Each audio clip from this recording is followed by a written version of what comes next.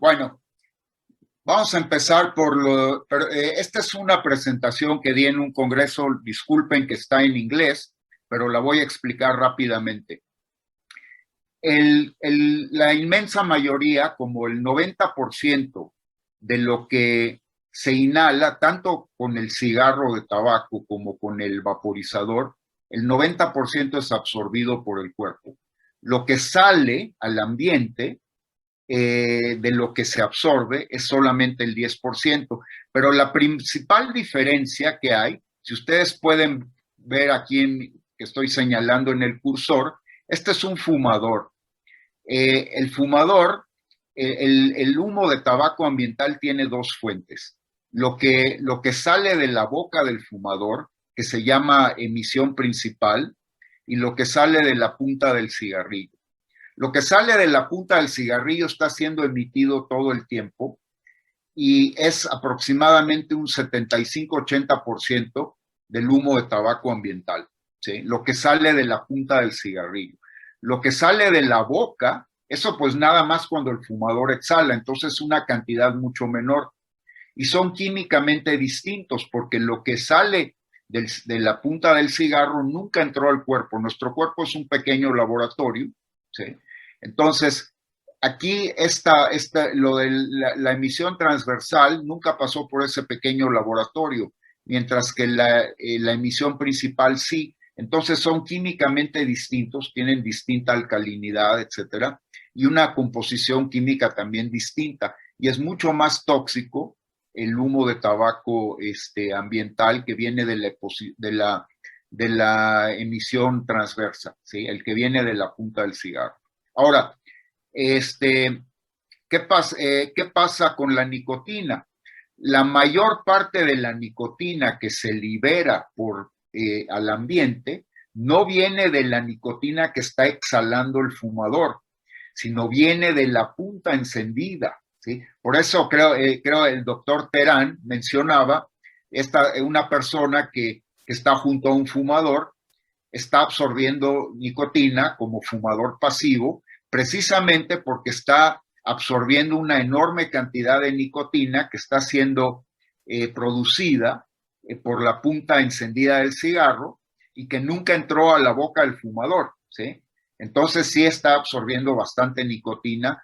Y bueno, aquí tenemos dos fuentes, una fuente que está constantemente emitiendo, y es una emisión bastante grande, ¿sí? Ahora veamos qué sucede con el cigarro electrónico. En el cigarro electrónico no existe una punta encendida de nada. Aquí nada está encendido. La única emisión que se libera al ambiente es lo que sale de la boca del vapeador, que es la corriente principal, la emisión principal, ¿sí? Y además, esa emisión principal, el 90% de lo que inhaló ese vapeador, está en el cuerpo del vapeador, ¿sí? Incluyendo, por ejemplo, todos esos pequeños iones metálicos, la inmensa mayoría quedan absorbidas. Ahora, esos iones metálicos es absolutamente despreciable e insignificante la cantidad de iones metálicos que entran, ¿sí? Porque también ha habido estudios que quieren hacer escándalos sobre los iones, pero en realidad nosotros, estando en una ciudad, durante un día absorbemos más iones metálicos y más compuestos metálicos por la contaminación del aire que por el vapeo. Pero bueno, lo que sale es muy diluido y entonces, y es una química muy sencilla y son cantidades, emisiones mucho menores.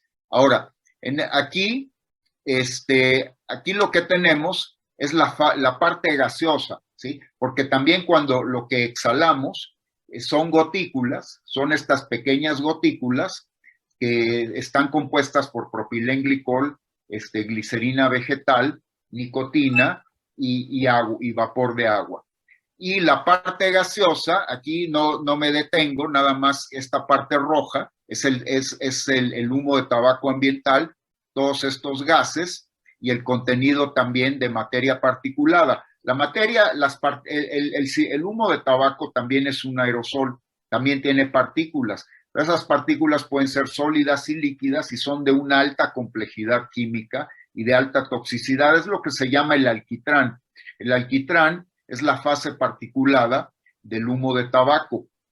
Y aquí tenemos el cigarro electrónico en azul. Prácticamente nada se detecta. Este es el tabaco calentado, se detecta muy poquito.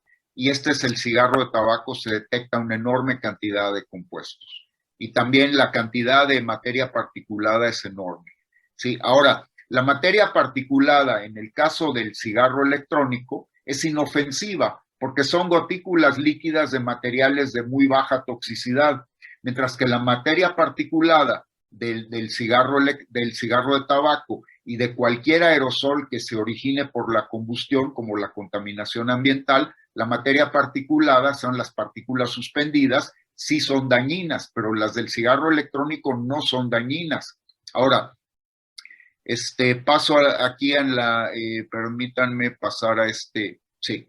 Ahora, cómo se comportan las partículas? Y esto es clave para entender por qué el cigarro, la emisión ambiental del cigarro electrónico es de tan bajo riesgo como contaminante es muy débil.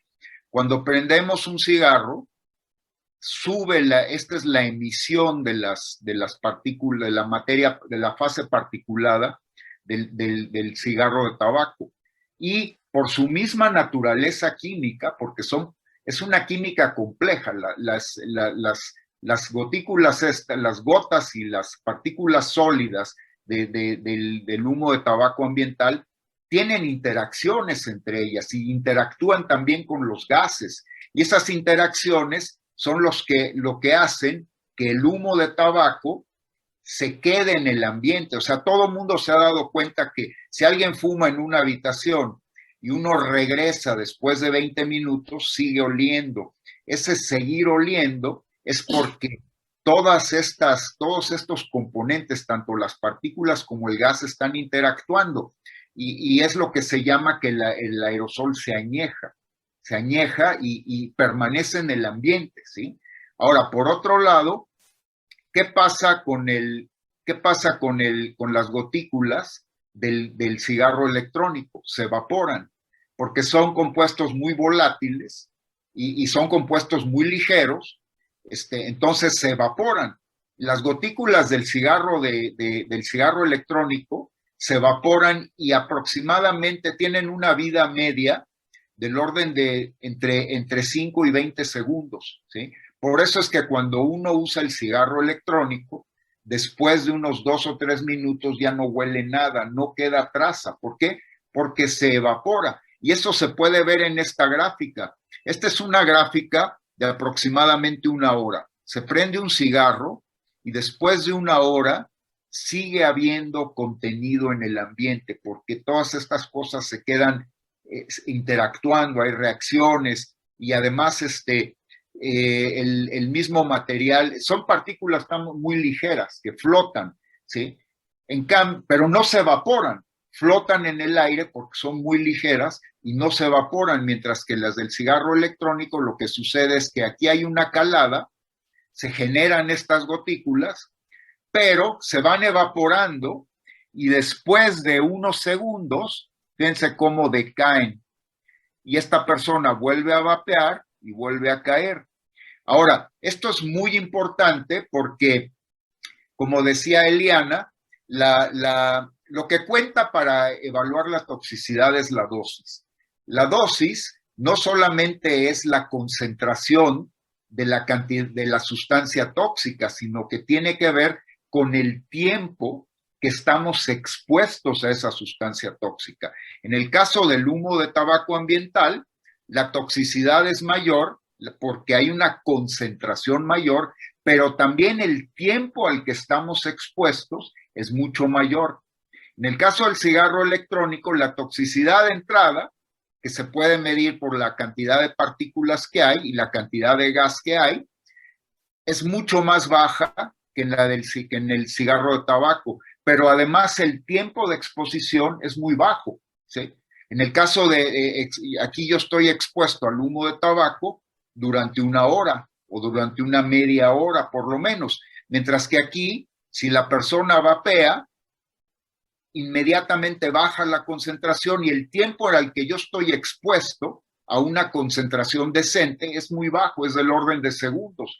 Y eso es lo que explica que, porque lo que cuenta es la dosis, y la dosis que está recibiendo la persona expuesta a eso, digamos sería el vapeador pasivo, es tan pequeña que por eso es que se puede decir que el vapeador pasivo prácticamente no existe. No es que no exista, lo que sucede es que lo que está absorbiendo el vapeador pasivo es absolutamente despreciable en comparación con lo que está absorbiendo por el fumador pasivo. Y no solamente se puede comparar con voy a comparar aquí con no solamente se puede comparar con el humo de tabaco, porque comparar con el humo de tabaco es como comparar prácticamente a una pulga con un elefante, ¿sí? Vamos a compararlo con otro tipo de aerosoles, como el aerosol de la cocina. Aquí tenemos la comparación. El aerosol de la cocina se produce por combustión. Es un proceso distinto. Las gotículas que producen son líquidas, porque lo que se quema es un líquido, es un aceite. Sin embargo, aquí podemos ver cómo la concentración, cómo las gotículas estas se mantienen durante una hora. Estamos cocinando, aquí estamos friendo carne, y al freír la carne generamos una cantidad grande de gotículas que además son compuestos bastante más tóxicos, porque son compuestos, son lo que se llama carbón orgánico, ¿sí? Y entonces se mantiene durante bastante tiempo. Y comparemos esto con la emisión del cigarro electrónico. O sea, el cigarro electrónico produce menos gotículas que el aerosol de la cocina, pero además, por lo que les mencioné, que las gotículas se evaporan y al evaporarse se dispersan, no sucede lo mismo con el aerosol de la cocina. El aerosol de la cocina no se evapora. En la cocina lo que hay que hacer es poner un ventilador o un proceso para absorber todo este material. Entonces el aerosol del cigarro electrónico, el aerosol ambiental, es incluso mucho menos dañino que el aerosol de la cocina. Claro, eso también depende que se esté cocinando, y también depende o sea, si yo voy a una fiesta de vapeo, a una exhibición de vapeo, donde en un espacio cerrado yo voy a tener a 100 personas vapeando, entonces la cantidad de gotículas pues, y de gases también va a ser grande, pero aún así no llega a ser tóxico. Puede ser molesto, se irritan los ojos, porque el propilenglicol es lo que se llama, es un compuesto, es higroscópico, quiere decir que absorbe agua y reseca el ambiente. Y esa resequedad es la que nos irrita la garganta, nos irrita los ojos, etcétera. Pero no nos va a enfermar, es un efecto que se llama agudo, es un efecto que en unas horas se va, ¿sí? Mientras que de hecho, el aerosol de la cocina puede ser bastante tóxico, o sea, personas que están expuestas en cocinas muy cerradas, además porque también combustionan, también puede ser un fenómeno bastante tóxico, ¿sí? Y entonces, esencialmente es eso, la emisión del vapor ambiental es una emisión, es un contaminante sumamente débil, precisamente porque se dispersa y se evapora, y porque los tiempos a los que estamos expuestos a ese contaminante son muy, muy bajos, ¿sí? Sobre todo en el uso normal. Una persona en una casa que está vapeando, el daño ambiental, la contaminación que está haciendo es mínima. Se hace mucho más. Por ejemplo, aquí estoy viendo el caso estoy viendo el caso del aerosol de la cocina, pero también con una vela tenemos lo mismo, y también con una aspiradora. La aspiradora genera aerosoles que son, además tienen partículas sólidas, porque son partículas de polvo, y esas se pueden respirar. Ahora, hay mucha gente que dice, no, no, no, pero mira, las partículas, el cigarro electrónico genera partículas, esas partículas son muy chiquitas y entran a los pulmones, etcétera. Sí, efectivamente, esas partículas muy pequeñas entran a los pulmones, pero son gotículas de agua. Son gotículas líquidas de propilenglicol y glicerol, y esas gotículas líquidas se disuelven en los líquidos que cubren las membranas del aparato respiratorio, y pasan al torrente sanguíneo como moléculas, ya ni siquiera como partículas, y ya sabemos que la absorción del propilenglicol y del glicerol es una absorción sistémica que no es tóxica.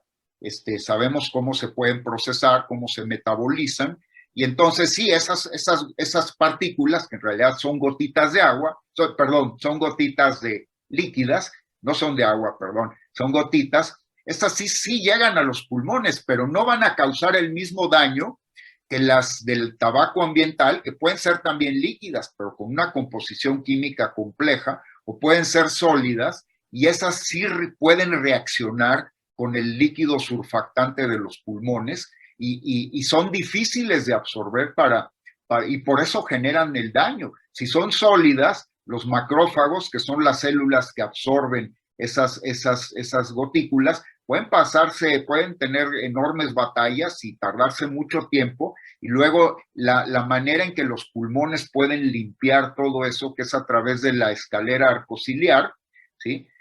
Pueden tardarse mucho tiempo y claro, es un proceso de desgaste. El fumar no mata y no enferma en 3 días ni en un mes, se tarda mucho en enfermar, es un proceso de desgaste. Y aquí es donde también se puede hacer la comparación de la toxicidad. Después de lo que hemos dicho, hay que tomar en cuenta que el cigarro no enferma en un mes, ni en un año, ni en 5 años. Típicamente el fumador empieza a fumar a los 16, 18, 20 años y las enfermedades aparecen a los 40, 50 años. Ya sea un infarto, ya sea un EPOC, una enfermedad pulmonar obstructiva crónica o un cáncer, aparecen décadas después. O sea, con todo y la toxicidad que tiene el cigarro de tabaco, nuestras defensas son buenas. O sea, se requiere un abatimiento constante, un abuso constante de nuestras defensas para irlas abatiendo. Eso es lo que hace el cigarro y se tarda décadas. Ahora, comparemos el medio físico-químico del cigarro con el medio físico-químico del vapor, tanto el inhalado como el ambiental, y si podemos decir con toda confianza que si el cigarro de tabaco se tarda 30 años en enfermar, pues el vapor, el aerosol del cigarro electrónico se va a tardar mucho más de 30 años. No es una comparación sencilla, lineal, porque la biología humana, la bioquímica es complicada, pero lo que sí podemos saber es que el tiempo que tardaría el vapor ambiental en causar daños es mucho más grande que la escala de tiempo que se tardaría el cigarro de tabaco. Por eso es que los británicos, el Public Health England y el Royal College of Physicians y el gobierno británico ha hecho la apuesta, aunque no se conocen los daños a largo plazo, pero por el razonamiento que estoy haciendo, eso es lo que nos da una garantía de que por más que haya daños que pueda causar la exposición de nuestros tejidos al cigarro, al ambiental, al aerosol del cigarro electrónico, por más daños que pueda hacer, van a ser insignificantes en comparación con el daño que va a causar el tabaco, simplemente por el tiempo que tarda el mismo cigarro de tabaco, cuya epidemiología y fisiología y fisicoquímica la conocemos bastante bien. Ya sabemos cómo causa daño el cigarro de tabaco, por dónde, los mecanismos bioquímicos, fisiológicos, ya se conocen y se conoce la escala del tiempo. Y aunque no conocemos qué efecto va a tener utilizar un vaporizador, un cigarro electrónico durante 30 años, no lo conocemos, no podemos viajar en el tiempo, no lo conocemos, pero simplemente la escala de tiempo, comparando las escalas de tiempo y teniendo junto a esa comparación la escala y la cantidad de los procesos físico-químicos que se están dando, podemos prácticamente poner la mano en el fuego, ahí, en ese sentido. Se entendió, Roberto. Se entendió clarísimo. Y vos sabés que a mí me gusta poner siempre un ejemplo, que una persona que absorbe nicotina a través del humo de un cigarrillo, una persona, una tercera persona, para poder absorber esa misma cantidad de nicotina que absorbió con el humo secundario de un cigarrillo, necesita tener más de 700 vapeadores a 30 centímetros de su persona, todos vapeando al mismo tiempo para absorber la misma concentración de nicotina que lo haría en una sola pitada de cigarrillo a través del humo secundario. Sí, claro. Entonces eso, siempre digo, es comparar el humo del cigarrillo con el vapor de los cigarrillos electrónicos es como comparar una paloma con un Boeing 727 porque los dos vuelan, ¿no? Sí, sí, exactamente. Lo acabas de decir en forma precisa y es porque lo que mencioné en la primera imagen que presenté, la única nicotina que va a recibir una persona en el ambiente porque alguien esté utilizando un vaporizador es lo que va a salir de la boca del vapeador, pero el vapeador absorbe el 94% de la nicotina que inhala. Entonces la cantidad que sale es muy pequeña y por eso es que se necesitan cientos de, es del orden, es un orden de magnitud de un centésimo, porque la nicotina que está recibiendo por el que fuma, pues viene del humo transverso, exactamente. Es así como lo acabas de decir. Y sobre las partículas tienes razón. Cuando alguien hace alarde o trata de asustar, ¿no? Las partículas del aerosol, del cigarro electrónico, está siendo deshonesto porque es una comparación falsa.